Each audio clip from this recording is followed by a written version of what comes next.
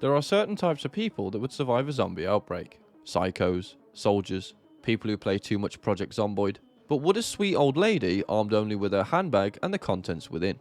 So today's video is just that. Can I beat Deadrising 3 as an old lady?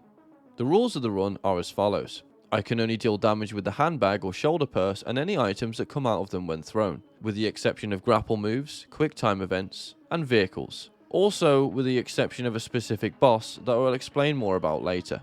Also for this video I was joined by my good friend Koinski.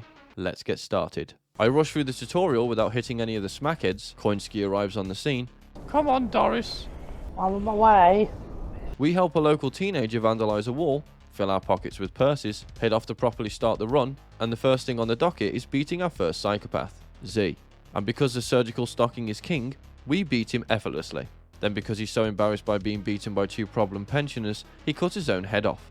And then this old biddy shows off her skills with a blowtorch.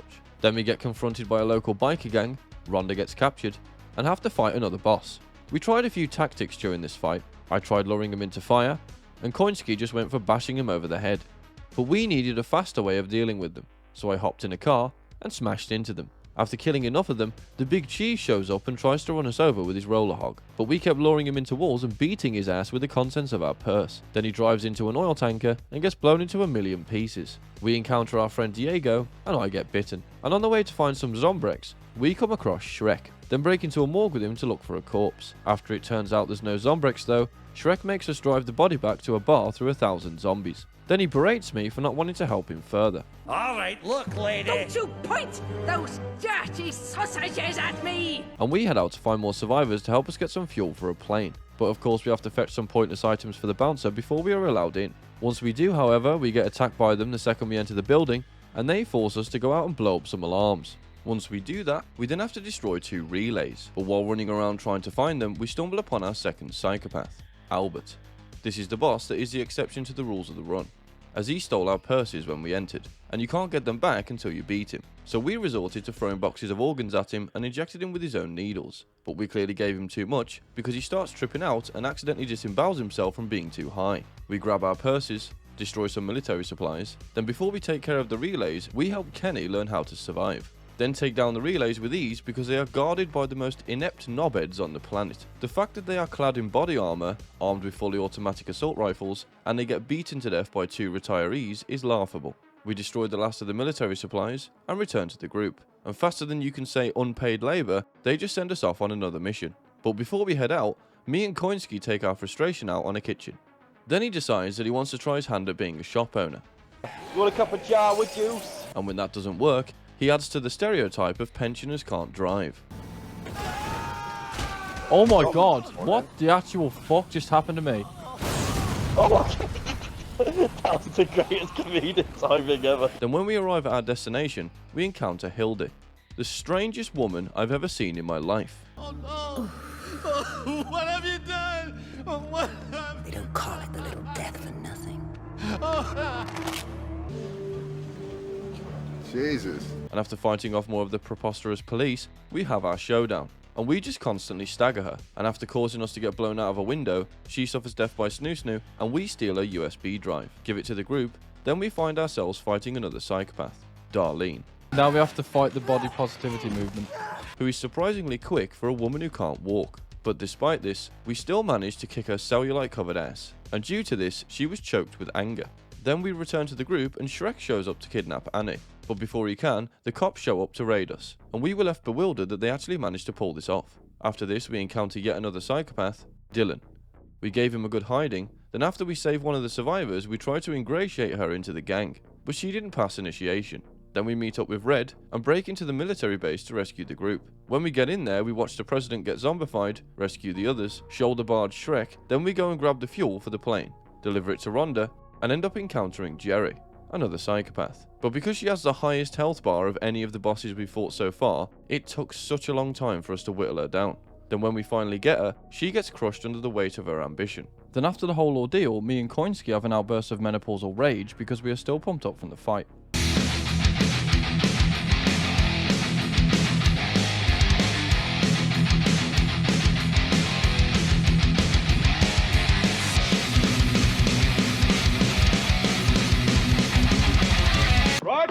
stop that!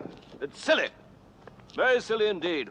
Started off as a nice little idea about old ladies attacking young men, but now it's just got silly. Then we head to the museum to find Diego, but he got way too excited after playing Starfield and decided to attack us. He pulls a Thanos and throws a moon at us, then after we teach him some manners, he shows us the hall of Protagonist's past. We murder some gang members in a handbag mosh pit, drop Diego off at the hangar, and then we have to fight the laziest psycho in the universe, Teddy.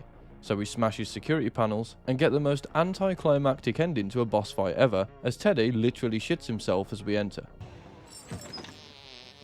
Then we return to Rhonda to find Diego isn't doing too good. He's always scratching his skin all the time. He's like a head, yeah. And she sends us out to get some spare parts for the plane. Oh Jesus, please don't be another psychopath. Oh, is it going to be Gary? Uh-oh. The psychopath is the house. Holy shit. We defeat the psycho house, grab the parts, and deliver them to Rhonda. She fixes the plane, then leaves to find her ex-boyfriend. And we get captured the second we leave the hangar. Diego turns out to have the worst case of worms ever recorded in human history. Then we are faced with another situation where we have no purses. But luckily, I find one on the floor and get a knife and some gems out of it. And we have to fight a boss with just these weapons. We just managed to scrape through this. Then we come across a yacht and a woman that looks familiar. I'm going to die! Then Kenny shows up and decides to start acting like a complete mental patient. So we have to fight him. We shank him with our purse knives, and after the fight, he tries to surrender. So we killed him.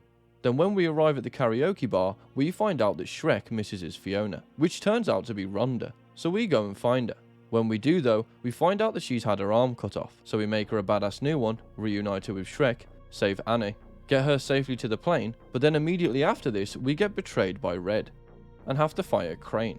So we grab some pistols from our purses, and pop some caps in his power boxes. Then Red tries to fight us himself, and we just pistol whip him in the face. And he suffers the same fate as the Wicked Witch of the East. And in the worst anime plot twist ever, Chuck Green shows up, and it turns out that Annie is actually Katie, his daughter. The group gets on the plane, but then, for some bizarre reason, this old senile delinquent decides to abandon escaping the city to defeat General Ham Sandwich. And unfortunately, Koinski died of old age whilst waiting for the cutscene to end.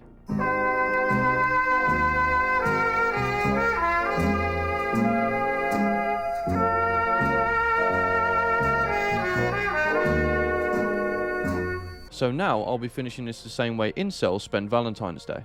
Alone. Now there was only one way I could beat this dogshit mission. I had to jump in this APC and use the minigun on it to shoot the drones. Once that's done, I jump on the Avengers helicarrier and cause it to crash. Then I have to have a fight with the Ham Sandwich, pensioner to pensioner. After bonking him over the head a few times, I Bruce Lee kick him into a giant AC fan, turning him into paste. And with that, we beat Deadrising 3 as old ladies. Thanks for watching. If you enjoyed the video, why not leave a like and subscribe? If there's a specific run you want to see me do, let me know in the comments. And I'll see you next time.